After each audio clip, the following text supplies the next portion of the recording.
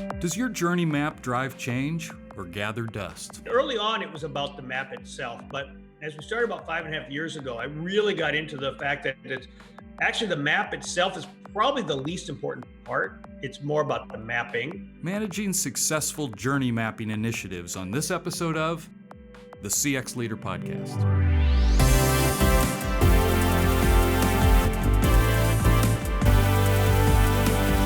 The CX Leader Podcast with Steve Walker is produced by Walker, an experienced management firm that helps our clients gain a competitive advantage by delivering an exceptional experience for their customers. You can find out more at walkerinfo.com. Hello, everyone. I'm Steve Walker, the host of the CX Leader Podcast, and thank you for listening. On the CX Leader Podcast, we explore the topics and themes to help leaders like you leverage all the benefits of your customer experience and help your customers and prospects want to do more business with you. Today, we're going to add to our user series, which focuses on practical examples that showcase how CX initiatives are put to use. Today, we're pleased to have with us Jim Tincher, founder and mapper-in-chief at Heart of the Customer and co-author of the recently released book, How Hard Is It to Be Your Customer? Jim, I love the title of your book. I have a copy of it right here. It's really, really well done, but thank you for coming on and sharing your insights on the CX Leader Podcast. Thanks, Steve. I'm really happy to be here. Well, we're happy to have you here, and I don't think we've ever met in person, but I know you're a big supporter of the CXPA and that you've been around the space for some time. Why don't, just for our listeners' benefit, why don't you give us kind of a short version of your career progression and how you ended up being a CX pro? Sure. I started in small business, then worked for Best Buy. And I'm from Iowa. I'm a little naive. And at that point in my career, I just thought that every company was customer focused, was really obsessed with the customer. And then I went to a Fortune 100 company and learned there were other methods. And literally nobody in marketing or product development, this organization, my division, had ever met a client.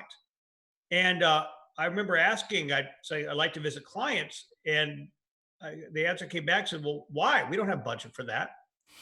And well, I have to explain to you why I need to talk to customers. I'm not sure this is going to be a very productive conversation.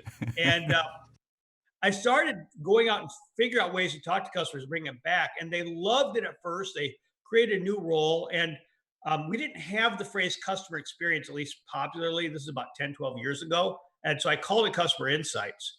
But it was about bringing in the voice of the customer to drive change. It was a great 6 months. Unfortunately, I was there 2.5 years. And so once some of the information I was bringing back wasn't so popular, it was a little bit harder. And one of the things that we knew is that we had syndicated data that showed we were number one in sales. We were also number one in percentage of customers canceling their accounts. And so it really started building my CX chops back then when trying to drive change around the voice of the customer and learned the limitations, for example, of trying to do it from the bottoms up.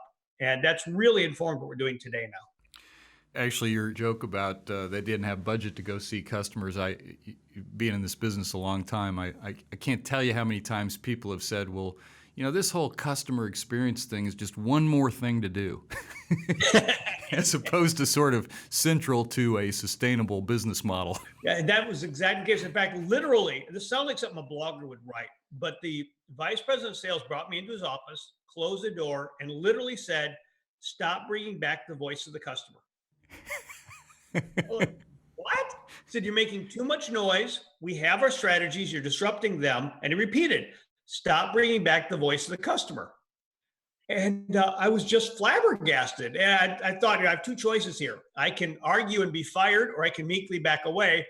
I did choose the meekly back away, but only for a little time. Started bringing it back. And later on, I did our first customer satisfaction study, wasn't allowed to share it. And so it was just 2.5 years about learning about how do you start trying to drive a focus on the customer. And that was really where I got into this customer experience thing. That time I was reading Bruce Temkin's work at Forrester, right, and really getting into it. And after that, I bounced around a few years and ended up starting the company about 5.5 years ago now. Well, congratulations. You and I could probably tell war stories for a long time. Just one other story, this goes back probably 20 years, but it was in the early days and just shows how far we've come. But we were up at a kind of a old line kind of manufacturing, heavy industry type of firm and presenting the results to the executive team. And there was a lot of room for improvement here. You could tell one of the execs was just a real old school tough guy. And as we went on, you could just see him more and more getting frustrated. And he finally pounded his hands on the table and he said, our customers just don't know how happy they are. And actually it was very awkward for a second, and then he kind of caught himself, and it actually diffused the whole situation, and we kind of broke through at that moment, and then we started having a more productive conversation about what's really going on. But it really was, for years it was sort of like, hey, we don't want this information, like it didn't exist. And that's, I think we're way past that today. Well, I hope we are. I still run across situations where it was just a year or two ago where I walked into our reporting, and we did a pre-read ahead of time. And as I walked in, I heard somebody say, our customers are stupid. they don't like the results of the survey we'd run. So there's still some pockets there. Yeah, that's a good strategy. This is great background on how you got to here, and want to talk about your book. And I love the title because it's very consistent with some of what we've been talking about here, is how hard is it to be your customer? And you really are. You're kind of Mr. Journey Map out there now with this book and your focus. It's really well done. But tell us a little bit about how your interest came to really focus in this area of journey mapping, and how you see it fitting in an overall CX program and philosophy. You bet. About 7 years ago, before I started the company, I was with a research firm, and we were building a report, and our intermediate client asked us to build a journey map. So, well, what's a journey map? They said, well, here's your template. There's a PowerPoint slide with some dots on it. Use that. And so I researched what is a journey map, and I saw these beautiful immersive maps that really help you understand the voice of the customer. And then I looked at this PowerPoint chart with dots and bubbles on it, and I got offended, and really felt there's got to be a better way of representing customer journey than a PowerPoint slide with dots and bubbles on it. And early on, it was about the map itself. But as we started about 5.5 years ago, I really got into the fact that it's actually the map itself is probably the least important part. It's more about the mapping. But I'm such a geek about this that literally my license plate is JRNYMAP, which for the listeners out there, if you have a teenage daughter that you want to horrify, and don't we all, that's a really good way of horrifying your teenage daughter. She could not believe I did that. I'm a real geek about journey mapping. I read about it, I write about it, talk about it. And it's a real passion because done right, there's no better way of really immersing the culture in the customer than the process of getting people out there to hear firsthand from their customers. And then we bring back a lot of video to bring that customer to life. And so, yeah, I'm a geek. I know two things in life. I know that, and I know how to do barbecue. And so conversations with me tend to revolve around one or the other. Well, we got something else in common too, because I like to eat barbecue. All right. Actually, one of my really good friends that's in the industry, he's not directly in the CX industry, but he's sort of on the periphery. And he has a strategy consulting firm, but this guy just hates journey maps, and he thinks they're just the biggest waste of time. What would you say to my friend? Well, I would say that focusing on the map, you're right. We have one client who actually asked me to write a blog post because she's having a conversation with somebody, and they said they agreed, we need to build a journey map. She said, okay, we'll need about 12 weeks, probably need about $150,000. He said, wait a minute, what? No, I can have you a journey map this afternoon. In his eyes, it was you go into a room, you build a pretty picture, and there you've got your journey map. And so she asked me to write a post that talked about that. That's not a journey map. That's essentially crap.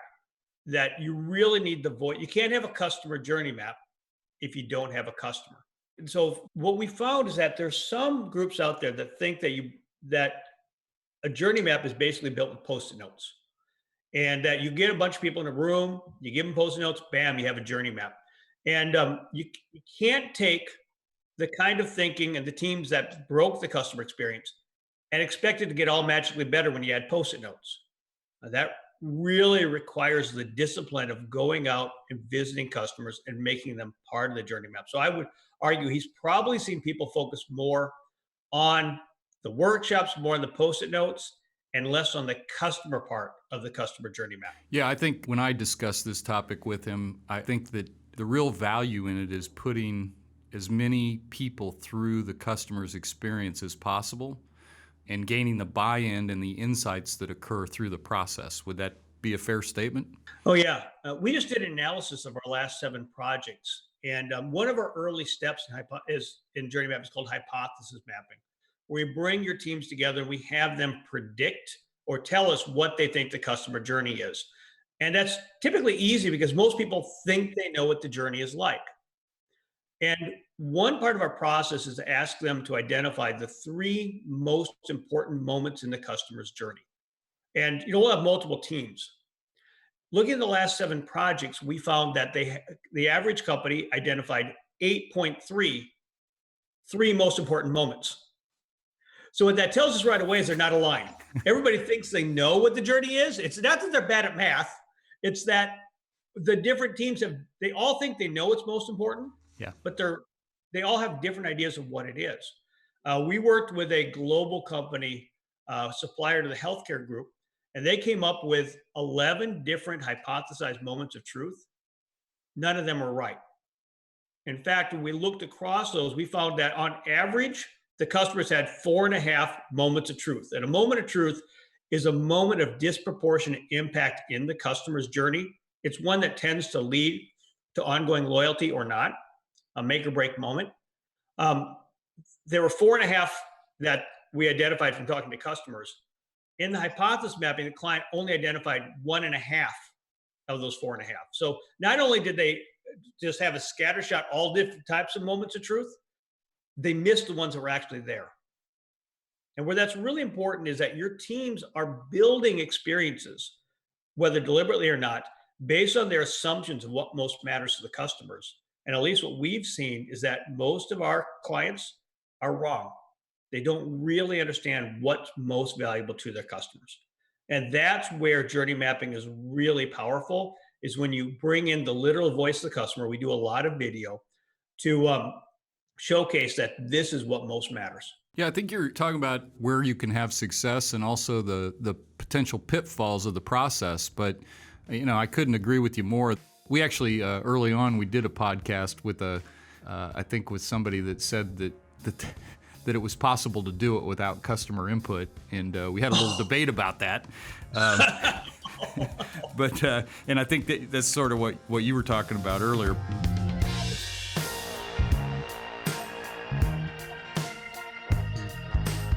Do you have an idea for a topic that you'd like us to cover? A suggestion on how we can improve the program? Or just want to let us know how much you enjoy listening? Email the CX Leader Podcast at podcast@walkerinfo.com. We'd love to hear your feedback on how we're doing. That's podcast@walkerinfo.com.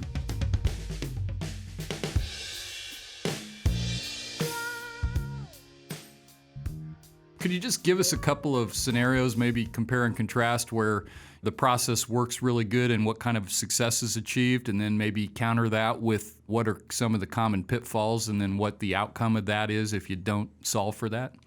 You bet. Well, in the book, we identify 5 journey mapping questions that are really critical. We call it the 5-question framework. We don't actually use that word in the book. We developed it afterwards, the title. But it really comes back to when we see things go wrong, it comes back to, why are you doing a journey map? And we find that there are typically 2 answers. And we challenge our prospective clients to say, what are you trying to accomplish? Are you trying to map the customer's experience? Or are you trying to drive change from the results? Because how you design the entire process changes depending on which of those 2 answers you get. And we do have some prospective clients who say, oh, we just want a list of pain points. We don't want to drive any change. We just want a list of pain points. We can go and fix them. Okay, well, they're probably not a good fit for us. And we decline to move on at that point, because if all you want to do is to identify pain points, then you'll have a couple phone interviews, maybe a focus group. Okay, go on your way. You're fine. But if your goal is to drive action, that means that you need to get your teams out to hear firsthand from customers. It means that you do need to get the video. You need to be very deliberate.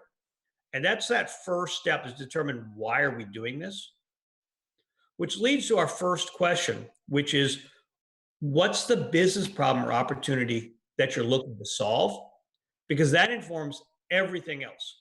The other questions are what's the right journey? Who's the right customer? What's the right approach to getting your voice to the customer, and who needs to be on the team, which is actually the most important question once you've decided what you're trying to accomplish. But that when it goes badly, it typically is because they're focused on creating the map and not going after a business problem. One of our most frustrating projects we ever had, this is early on. I should have realized it was going to be a bad project when out of the blue, I got a call, 90 minutes, the person just peppering me with questions about her methodology, just bam, bam, bam, bam, bam. After 90 minutes, she took a breath. And so I asked her, so, okay, great. And she was with the bank.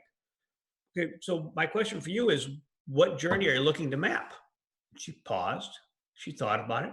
And finally she said, well, I don't know. What journey do you think we should map? The reason everything went sideways because she was focused entirely. She was told, go create a journey map, and had no idea what she was trying to accomplish, what to do, except for to create a journey map. And the whole process was frustrating both sides because we're trying to bring the discipline of involving the business, of thinking very carefully about who we need to have as part of this process and what are the guardrails, what's the journey as a customer. She just wanted a map.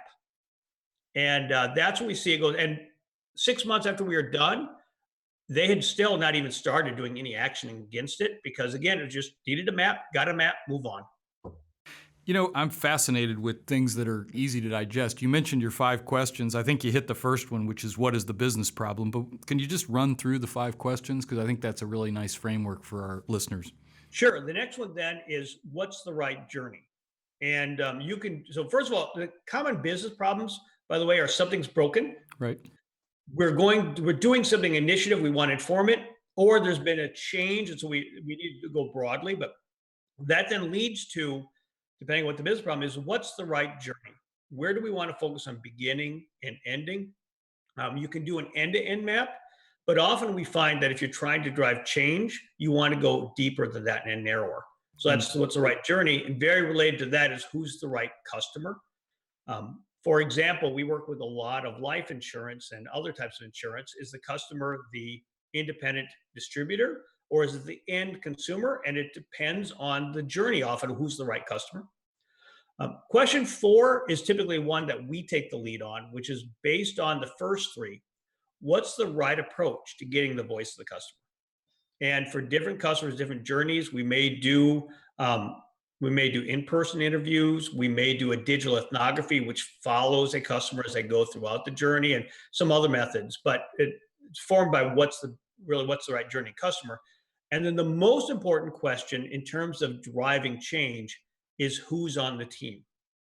And we create 3 different teams, and we go through all that in the book. But we typically have, yesterday I was in Miami, and we had 28 people in the workshop from throughout the organization. So that by doing that, everybody's hearing the voice of the customer, and it's their job to bring it out to the rest of the organization. Yeah, so just to summarize real quickly, the 5 key questions are what's the business problem, what's the right journey, who is the right customer, dealing with the channel aspects of it, what's the right approach to gather the voice of the customer, and then who are the right journey mapping team members. I think that's really elegant, that's sort of that 5.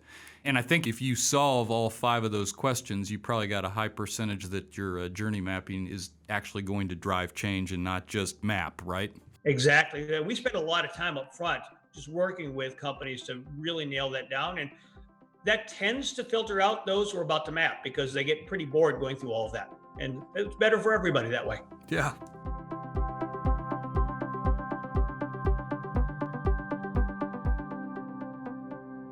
Jim Tincher is my guest here on this week's podcast, and it's part of our user series. Jim is the founder and mapper-in-chief at Heart of the Customer, and he also is the co-author of a recently released book, How Hard Is It to Be Your Customer? I love the title, man. That really kind of is thought-provoking. I got a copy of your book sitting here right in front of me. It's beautifully done. You want to just talk a little bit about why you wrote the book and when you did it and why you did it? And Sure. So Nicole was a client of mine. She's my co-author. She used to be a client, and she just said, we should write a book together. And I said, no, we're not going to do it. No, we're not going to. Finally, she wore me down. I said, okay, yeah, let's do it. And the real reason we did it is we came up with some research a few years ago that we surveyed a number of CX professionals about journey mapping. And I think we established I'm a journey mapping geek. And so when we asked how successful your journey mapping initiative was, I thought we'd have to parse out who gave a 4 versus who gave a 5 in terms of success on a 5-point scale. Well, that's not what we found out. In fact, we found out that 2/3 respondents didn't give either. 2/3 felt that the journey mapping was not successful, which blew me away. And so we did the follow-up why. The primary reason was that 2/3 respondents said, we didn't do anything.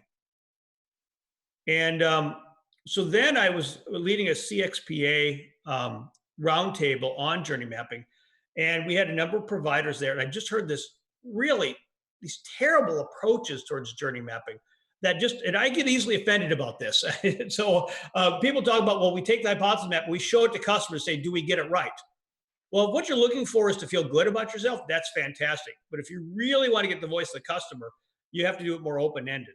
And so both of us got really offended by some of the journey mapping practices we saw out there, which are just intuitive, easy, but not the way to discover what the real journey is. And so that's what led it to us. Our original project plan had us getting done in 2017. It got done in May. So we were not able to hit those timelines. But it was really about just trying to battle some of the bad practices around journey mapping that are out there. Yeah, so you just got it published in May. How could our listeners find it if they were so inclined? It's on Paramount Press. It's also on Amazon. Okay. And international, you probably want to go to Amazon for cheaper printing. I think you get a discount on Paramount Press. But if you can find all of that from our website at howhardisittobeyourcustomer.com. Great. Well, again, I was able to flip through it here before our podcast today, and I think it's really, really well done. I had it for a couple nights here, and I think it's something we're going to put into our training programs here at Walker. So thank you for doing it for you and for us and for the industry. You bet. It's a labor of love, and it's been a lot of fun.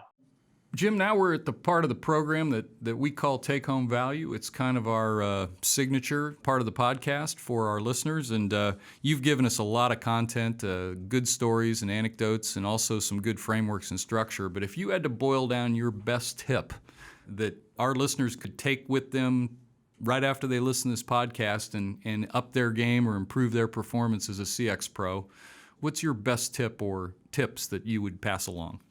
Well, it really comes back to that. Go deep with why you're doing journey mapping. What are you trying to accomplish? And use that to attack a big problem. Go after something big. I find a lot of people want to go something small and manageable. So we have a small team. We can go quickly. We'll do a couple quick wins later. And what happens that by just focusing on that, you're really missing an opportunity. So I really just, the first thing is really go deep on why are we doing this and use that to inform everything. Look at the KPIs you're going to change. Look at what you want to be different as a business and use that to really inform everything you do, not just in journey mapping, but in customer experience as a whole. Yeah, I might even take it a step further just for business. You know, what you're advocating is you really identify the biggest constraint and you put as maximum energy on the one that's going to have the biggest impact as opposed to trying to boil the ocean or solve the whole equation.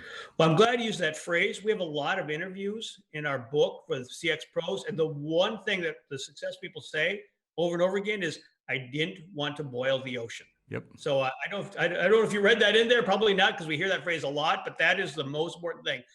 Don't boil the ocean. Go after something that you can change. My guest on the podcast this week has been Jim Tincher. He is the founder and mapper-in-chief at Heart of the Customer and co-author of the recently released book, How Hard Is It to Be Your Customer? I got a copy of it sitting right here. It's beautiful, and folks can go to Paramount or Amazon to get a copy of that. So, Jim, thanks one more time for being on the CX Leader podcast, and congratulations on the new book. Thanks, Steve. I really appreciate it. Jim, are you reachable on LinkedIn, or do you want to give your company website one more time so people who might want to reach out to you? You bet. Yes, very active LinkedIn. Also, heartofthecustomer.com is our company's website. How hard is it to be your customer.com is the book website. If you want to talk about anything else you heard on this episode or about how Walker could help your business's customer experience, you can contact me here at steve.walker@walkerinformation.com or call me here in the U.S. +1 317-843-8890. Don't hesitate to reach out. Love to talk to you.